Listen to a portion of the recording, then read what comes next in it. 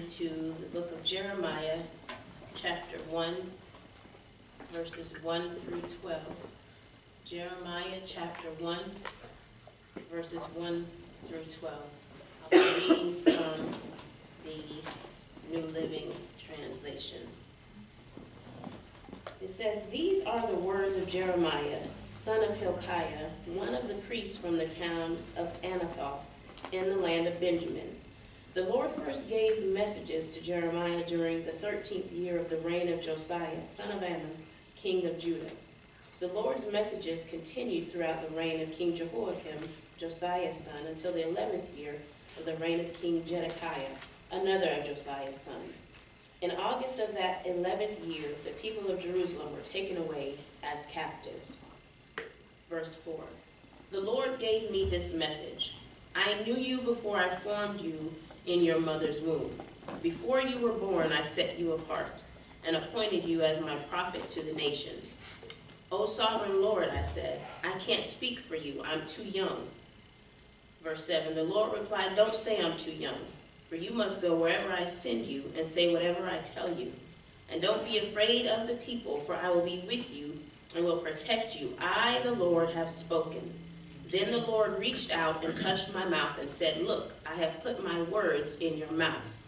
Today I appoint you to stand up against nations and kingdoms. Some you must uproot and tear down, destroy and overthrow. Others you must build up and plant." Verse 11, "Then the Lord said to me, Look, Jeremiah, what do you see?" And I replied, "I see a branch from an almond tree." And the Lord said, "That's right.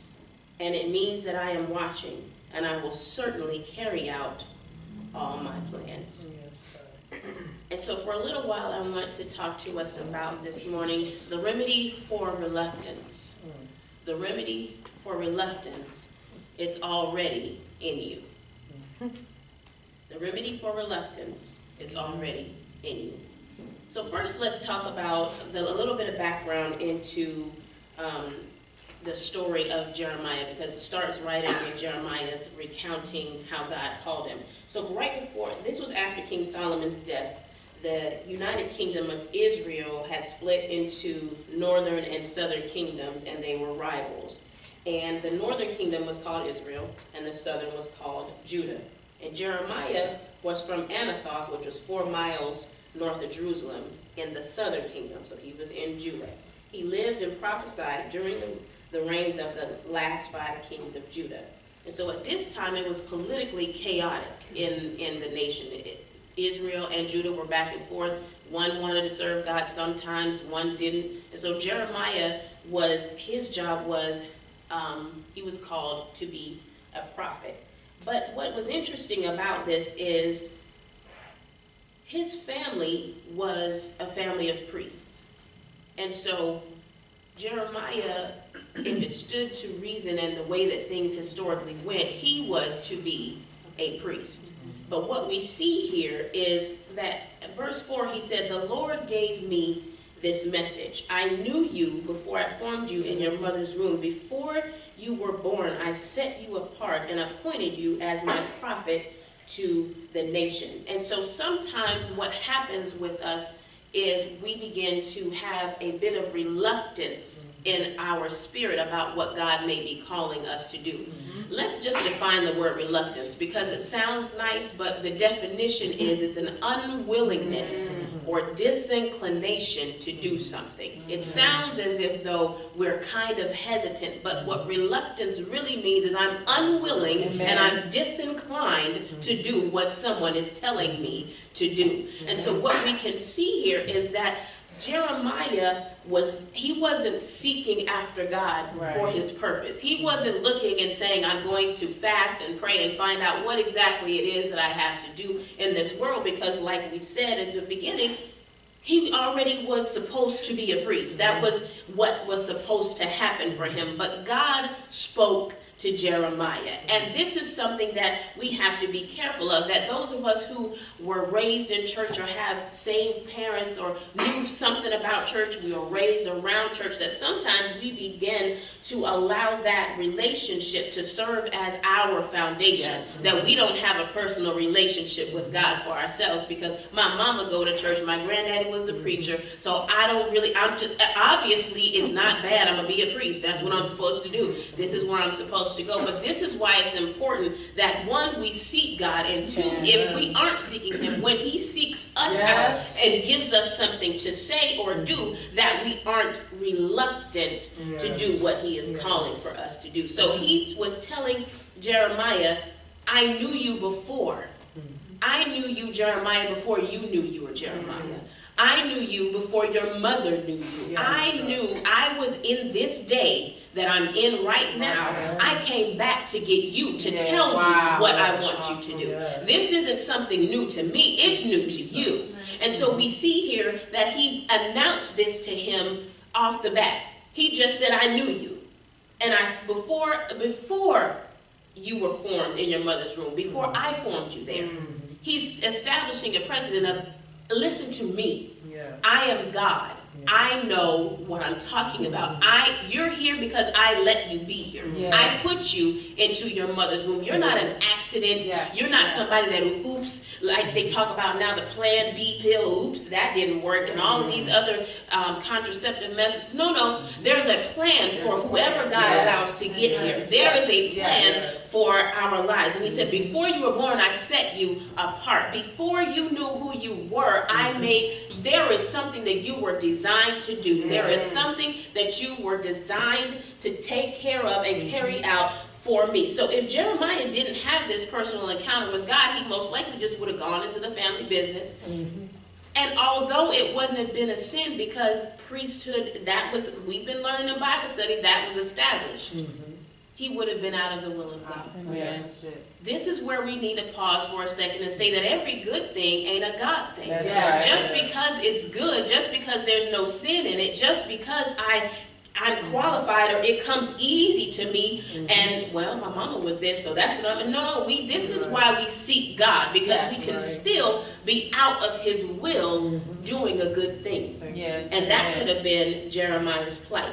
And so we get down into where Jeremiah's reluctance comes in. He says in verse 6, O sovereign Lord, I can't speak for you. I'm too young. This information that God gave to Jeremiah wasn't just to entertain Jeremiah. It wasn't just so God could have a conversation with him. God was letting him know and setting him up to have confidence and trust and believe in him.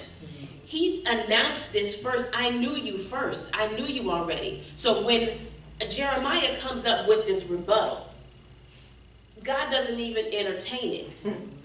He says, I can't speak for you. I'm too young. If we notice, God talked to him about before he was an infant. So he clearly wasn't too young for God. This was his own issue with lack of self-confidence, lack of believing, his own insecurity. How many times do we allow our doubt to speak to our situation? We allow the doubt to become bigger than what God has said to us. And what God wanted him to understand is, I'm telling you this about you so that you know that I know you. Everything about, I know how old you are. I formed you in your mother's womb. There's nothing you can tell me about you, Jeremiah. I know you. So when I tell you that this is who you will be it, because everything that you need, I have already put on the inside of you. He said, I can't speak for you because I'm too young. God made an investment in Jeremiah before Jeremiah knew anything. God made an investment in each one of us before we knew anything. The things that we're good at, the talents that we have, the skills that we possess, the things that we're drawn to, the things that come easy for us that other people struggle with. God gave us those things. Yes. Every talent that we have it because he decided you need this. Yes. Why do you need it? Because I've got something that I need you to do with it. It's not just so you can sit here and be pretty and say, look at all the things I can do. No, there's a responsibility that comes with anything that God gives. And at any time, because he gave it to us, he has the right to tap in and say, now I require it. Now come here and let me talk to you. This is what you're going to do. Amen. And the beauty behind it is he established a precedent with Jeremiah first. I know you. Yep. So then he says, Jeremiah, oh, sovereign Lord, I can't speak for you. I'm too young. I can't do it. And what we need to realize is that can be a good place to be. When we tell God, I can't do it. If we're in the right frame of mind. Yes. If we understand that without him, we can do nothing. If we're saying, God, I can't do this unless you help me. Mm-hmm. But that's not reluctance. See, reluctance takes into account some other things. Yes. Reluctance usually comes from, I don't really want to do that anyway. The disinclined to do it. I'm disinclined. God, I don't want to do it. Yes. I know when God called me to preach, I didn't want to do it. I wouldn't say it. I wouldn't tell them. I didn't want to do it. I didn't want to do it, and I wasn't going to do it, so I said. Things changed. But the reluctance is what God is going to deal with here with Jeremiah. In verse 7, the Lord replied, don't say, I'm too young, for you must go wherever I send you and say whatever I tell you. Wow. What God knew about Jeremiah is that Jeremiah was going to come in line. Because we have a choice now. Because when God is telling him he must do, this is for his choice. We have a choice. God has given each of us something that we're supposed to do that we're reluctant, that we haven't really stepped out on because we're waiting for the perfect situation. We're waiting for the stars to align. We're waiting for all of the money. We're waiting for all of the resource and the people to come and things to be lined up. And I have a place to put everything and A to Z and double A to double Z. And I've got my business plan, God, and none of this, what you're saying, is figuring into it. So I'm going to wait and watch you move. Yes. God says, you must do what, you must go wherever I send you and say whatever I tell you. Because you're an obedient person, Jeremiah, because I know what I put in you, because I know that on the inside you want to please me, because I know on the inside you want to serve me, it's built in you from years and years. You were going to be a priest. You know what is required. You know who I am. You know what I represent. So I know your temperament, and I know you're going to come around. He said, don't say that. We have to, and I've been saying this to us all year, we have to change our confession. Don't you say something about yourself that is opposite of what God says about you. Don't you say that you're not smart enough or that you can't do it, that this is too hard for me, that I am unable, I don't know how, all of these different things. There is nothing that God has called us to do that he will not equip us to do it. Even if it's walking up to a homeless man with a dog that you're afraid of. God will make everything work out because he called you to do that thing that day. He called Jeremiah. He said, you go where I say and you do what I say. You go wherever and you say whatever. And this is the blessed part. He said in verse 8, and don't be afraid of the people, for I will be with you and will protect you. I, the Lord, have spoken. Amen. There's nowhere that God will allow us to be. If we're in his will, whatever is attached to our individual assignment, he's going to make it work. If we have to drive around a little extra and wait a little time to find the man, he's going to make it happen, Sister Lily. It's because he put it in there. He has to work it out. Once we really begin to trust and believe God that he is who he says he is, and what he put on the inside is his responsibility to work it out. It's not for me to get my hands in it. See, this is where our problem comes in. This is why we're reluctant, because we always got to have octopus hands. Yes. We got to touch this and touch that and figure this and figure that. But God says, no, just do what I told you to do. He told Jeremiah, just say what I put in your mouth. You don't worry about how to get there and who's going to listen. If Jeremiah he didn't know at the time that all of the prophecy that he said that God gave, the people did not heed him. Do you know that they did not listen to Jeremiah, and he prophesied for 40 years? Amen. But Jeremiah was faithful to what God had said because he obeyed God. We cannot be results oriented. We are so waiting for the result, and it's got to be favorable, and it's got to look like it's lined up right. We've got to let all of that go out of our mind. That is God's business. As long as we do what he has required of us to do, we're free and clear with him. Whatever else, whoever else don't get it and don't catch it, and they off, and that's none of our business. We are the nosiest, most in other folk business people. We got to find out, well, God, did they respond? Well, let me follow up with her and see if she listened to what I had told. God told her something. She ain't acting like she heard. That's none of our business. Our business is to obey God. And that's where our stop. Put a period at the end. That's all that God requires of us. He said, I will protect you and be with you. There is nothing that can come up against us and harm us if we're in his will. He's planned all of this out. He already met tomorrow. We don't know he's already in tomorrow. He knows exactly how much grace and mercy is going to take for us to make it through tomorrow. Let him handle it. Do what he said today.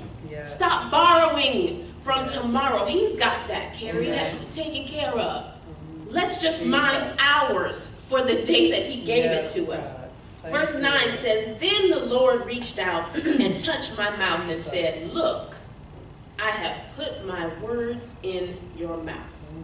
Today I appoint you to stand up against nations and kingdoms. Some you must uproot and tear down, destroy and overthrow. Others you must build up and plant. What we see right here is God giving him the intel. Look, I'm putting what you need in your mouth. Whatever God has given you to do, spiritually or naturally, he put it on the inside. There's no need for reluctance and unwillingness and being disinclined, because what we need, we have. The Bible says that he has given us everything we need that pertains to life and godliness. There is nothing that he can call us to that he will not equip us with, that he will not make us ready to do. There's no way in the world God is going to set us up for failure. His word must do what it says. He says it will not return to me void. So he has to equip us with everything that we need to do exactly what he has called us to do. I don't care if it's something as simple as a business or get up and read a speech in front of your class at school, to the huge magnitude of pastoring a multi-million person church. Whatever it is that God has put in your individual core to do, he's equipped you to do it already. We need to stop looking outside of God for our motivation. See, we want to look to that now, and there's nothing wrong with getting an education and networking and having a mentor. That's wise. All of those things are wise. But when we begin to replace God with those things as our source, when we begin to ignore the one who called us to it in the first place, looking for some type of validation from others, and how should I do it, and do you like it? We are to please God because he's the one who's called us to it. So he said, I have put my words in your mouth, and I appoint you. Some you're going to tear down, some you're going to build up. Some things are going to be easy, some things are not. God never promised Jeremiah that the people were going to listen. If we watch this and read this, he never said they're going to turn. He said some you'll build up, some you'll tear down.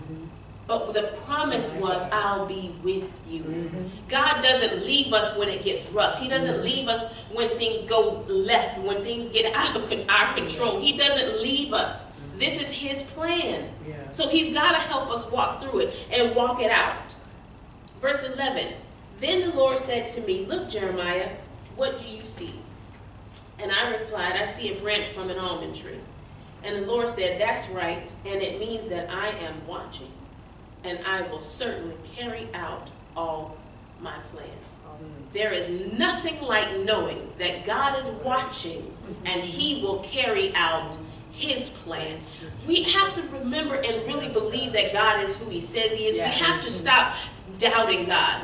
See, our reluctance with God sometimes is that I just don't believe him. We don't ever want to say that because it doesn't sound good coming from a Christian, and I know I should believe, but the truth of the matter is we just don't believe. We just don't believe him because we got to check him 3 times. When we came in here and sat in these chairs today, none of us was like, is it going to hold? Then we look up at the bottom and say, how we trust furniture more than we trust God? How in the world? When he's the one. When he is the one, how do we trust things more than God? We want to double and triple check him, but we just assume when I walk in my house and I step on this step, the step gonna carry me until I get to the next step. We're not ducking and touching and feeling and waiting and seeing. We just walk on up the stairs. But we want to doubt God. We want to say, God, if it's you, then make it wet over here. And if it's not, then make it dry over here. And God, send somebody this way. And then God sent all the signs. You're like, now, God, I just need one more time. God, if you just one more time. Because then, God, if you say it this way, God, if you let this person say this to me, then I know that it's you. We already know that it's him. And we play in these games because we're just disinclined to do it because we know it's going to cost us something. See, what was costing Jeremiah is Jeremiah knew about priesthood. See, Jeremiah understood. They taught them from young what the priest was supposed to do. He was in the temple. He was watching his father. His father was no prophet. See, this was something he had to learn as God taught him. God doesn't call us to things that are comfortable for us because then we won't need to depend on him. We won't need to trust him. We won't need to rely on him. He's calling you to something else that's going to cause you to have to trust him to move forward. We can't rely on what we knew. We can't rest on our laurels and decide, well, I've done this before. God, you've shown me this before. No, he wants us to come up a little higher. He wants to take us a little deeper. He wants us to go a little further. And we cannot do that being reluctant. We cannot do it when we don't believe that he's God and that he will do exactly what he says. We have to just own this thing. God, I just don't trust you the way that I should. That's right. That's why I'm reluctant. That's the only time when he can help us. And this is why he established this up front was for Jeremiah. I know you. I'm God. Now what? I can't do it. Don't say that. You're gonna do it. That's the extent of the conversation. God, I've already established that I'm God. What else is it that you need to know? And this is the same thing for us. What is it that is causing us to be reluctant? Could it be that we're leaning to our own understanding, or we want to push our own agenda, or we want to be famous, or we want to be rich, or we want worldly success, the material, tangible things? Is it comparison to others that's robbing us? 1 Peter 4:10 says, God has given each of you a gift from his great variety of spiritual gifts. Use them well to serve one another. In this time, Jeremiah was serving at the same time as the young king Josiah. Josiah was a child king. He was serving at the time. Jeremiah was serving. They were both young. But Jeremiah couldn't compare his success to Josiah's success.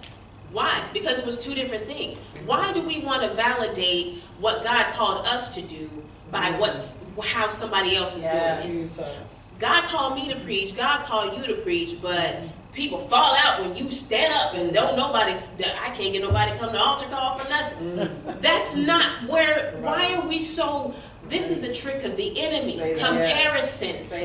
We have to stick to our own course, our own individual assignment. God gave us a gift. He gave each of you something that only you can do. There are people that only you can reach. There are people that only you can have respond to you. And while we're sitting around being reluctant, these people are going off on the wayside. There are people that are waiting specifically for me, for you, to walk their way, to be obedient to God, to stop being reluctant and say, yes, God, okay, I'm going to do it. What we need is already on the inside of us.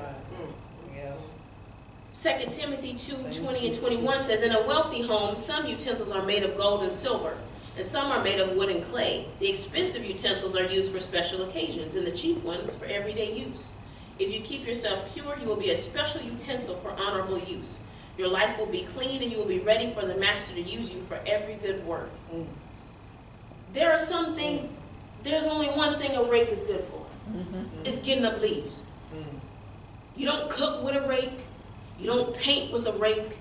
But when you need a rake, you need a rake. And this is what we have to understand about ourselves. We cannot be everything all the time.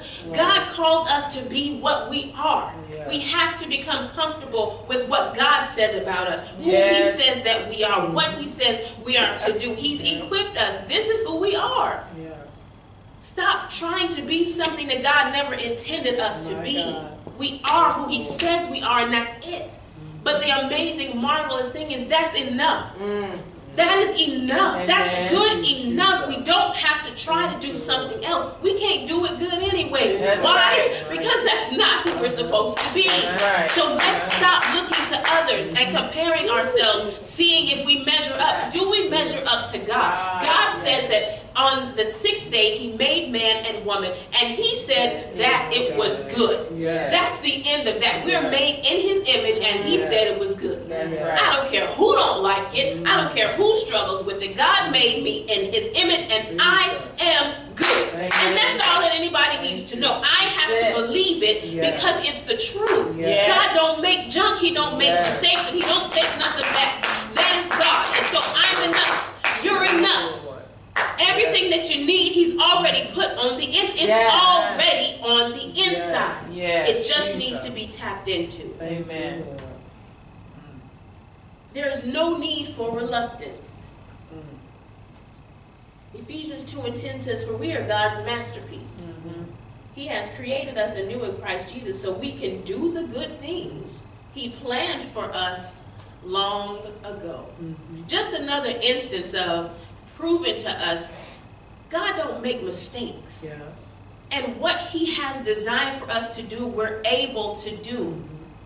So let's stop being reluctant. Let's stop being unwilling.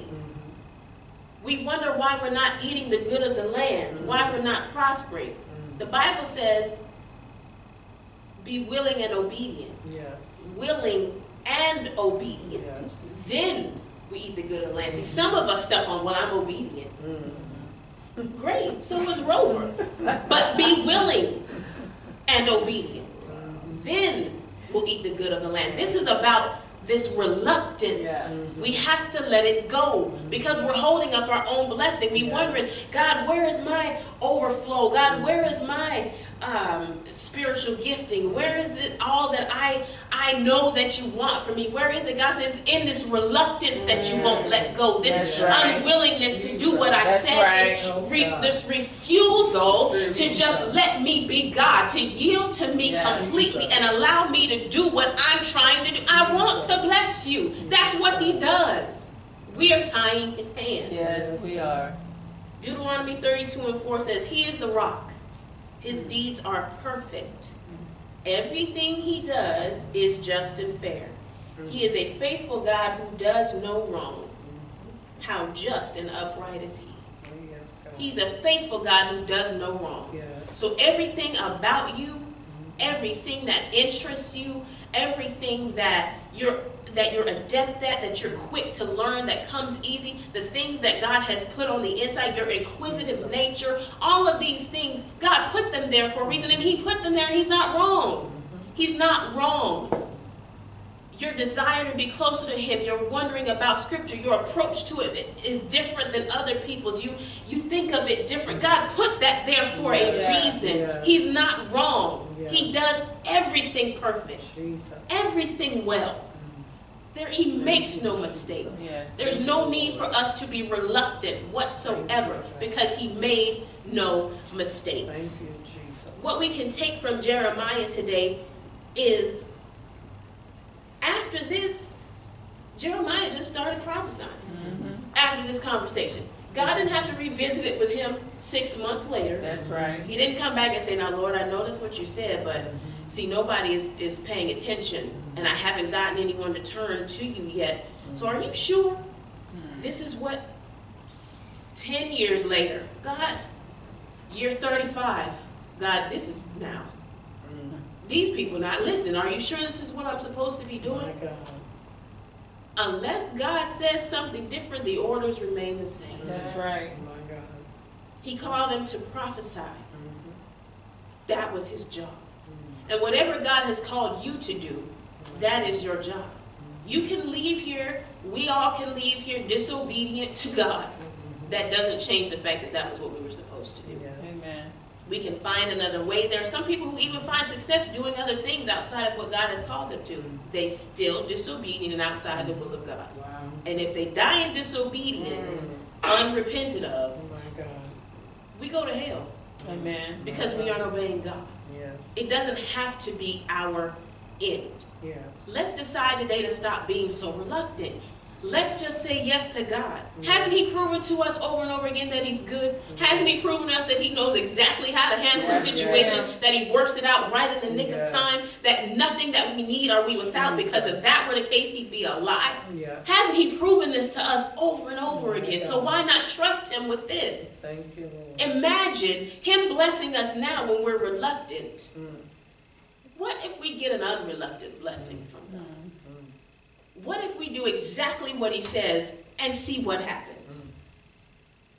It's our motto. If we do it God's way, we get God's results. We say it all the time. Do we believe that? Yes. Do we believe that God will do exactly what He says, that He will bless it because He has ordained it for our lives? God. Jesus. In my closing, I'm going to read something to you that I found that I thought was interesting. And it says, God was sitting in heaven one day when a scientist said to him, God, we don't need you anymore. Mm. Science has finally figured out a way to create life out of nothing. In other words, we can now do what you did in the beginning. Oh, is that so? Explain, says God. Well, says the scientist, we can take dirt and form it into the likeness of you and breathe life into it, thus creating man. Well, that's very interesting, God said. Show me. So the scientist bends down to get a handful of dirt and starts to mold the soil into the shape of a man. No, no, no, interrupts God. Get your own dirt. In other words, nobody can do what God can do. And what God has called you to, He's equipped you to do. He put it there. No one who says that you're not able, no one that says you're not smart enough, no one that says it's going to be too hard for you, you too black, you too proper sounding, you too young, you're too old. They don't know what they're talking about because God is the one who did it. He did it. Get their own dirt. Because this dirt right here that God put together is going to do exactly what God has said for me to do. This dirt right here. I can't speak for other dirt. But this dirt is going to do exactly what God has said. Let's stop being reluctant. We're standing this morning. Thank you, Word.